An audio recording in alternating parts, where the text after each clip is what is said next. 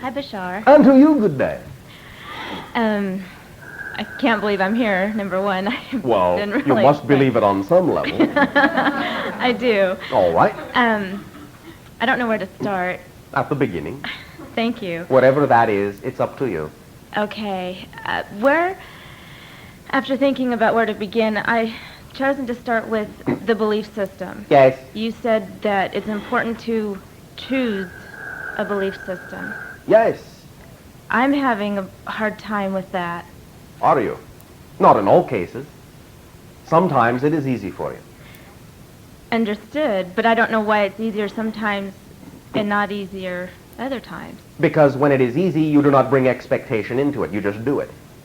Right. There are certain times when you simply know what you want and you just choose it. Exactly. There are other times when associations are being attached to the belief. Conditions are being put upon the beliefs. And you, in that sense, sometimes will bow to the conditions rather than just going for the pure belief. This is simply how many of you have been trained. That's all. It's just a matter of training, just a matter of habit, just a matter of practice. How do I change that? First, by knowing that you can. That's the first clue. By knowing that you can. By knowing it is not absolutely chiseled in steel or fixed in form. By knowing that your beliefs are mutable, malleable, transformable. You understand so far? Yes. A belief will always attempt to make itself seem to be absolute in its nature. That is the way you experience reality. A belief must be self-fulfilling, self-reinforcing, and carries with it, generally as part of its equation, an automatic inability to know that other beliefs can replace it. Otherwise, you would not be able to experience limited reality, which does have a positive purpose. So the idea, first of all, is to recognize that the very formula of a belief is self-reinforcing. And that's, to some degree, what has made it difficult for many of you to realize that you do, in fact, change them all the time.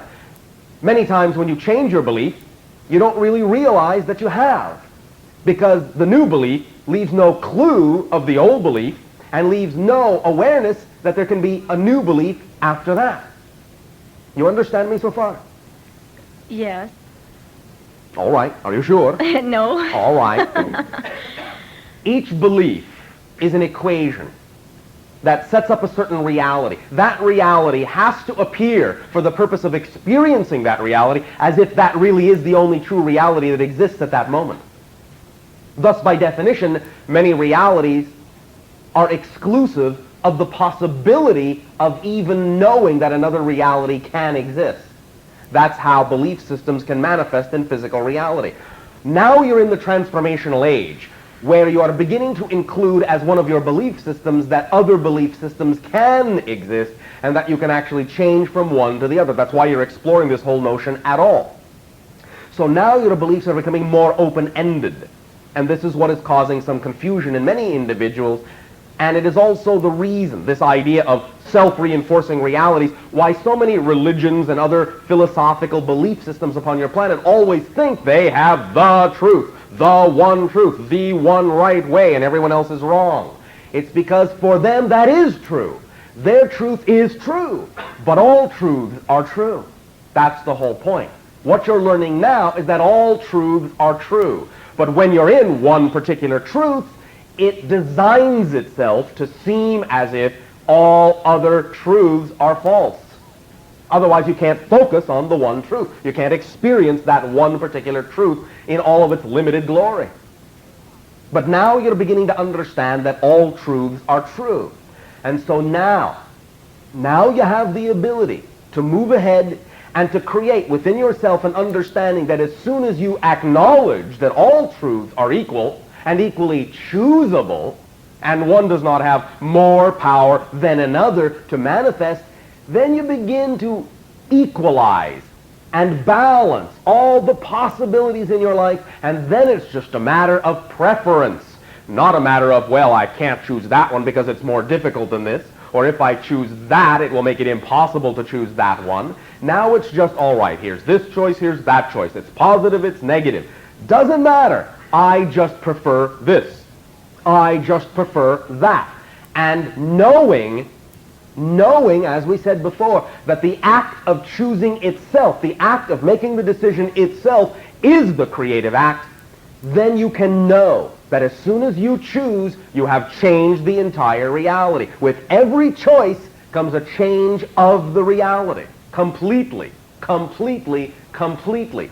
The one thing, the one belief that makes it seem, or might make it seem as if that is not happening, is that there is only one reality, and that any changes you experience are only small changes within the one reality that never changes. Instead of understanding that each and every apparently small change you make actually changes the total reality, and therefore the total you. You see the difference here? Mm-hmm. Again, we use the analogy that we call the blue cube. Imagine in your mind a blue cube. All 6 sides are blue. Have you got it? Mm-hmm. Have you got it? Yeah. All right. Now, in your mind, change just one side to red. Just one. All right. Now, 2 ways to look at this. Well, same blue cube, but now I've changed just one side to red. Small change, but it's still the blue cube. I've just changed one face. Or you can say, wait a minute.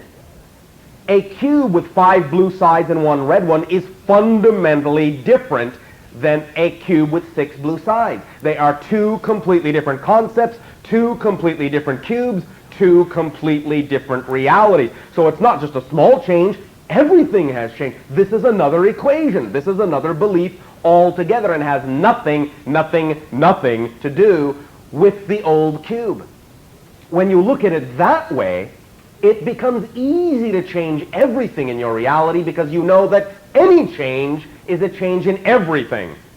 But if you have the overriding belief that this little change changes nothing much, then it takes a long time, and you feel there's an inertia and a momentum to the old reality that still overrides all the things you want to change. And you make it take longer, because you think you have to change all the little pieces in order to change the whole, instead of understanding that if you change one piece, you have changed the whole thing. These are 2 completely fundamental, different ways of looking at life.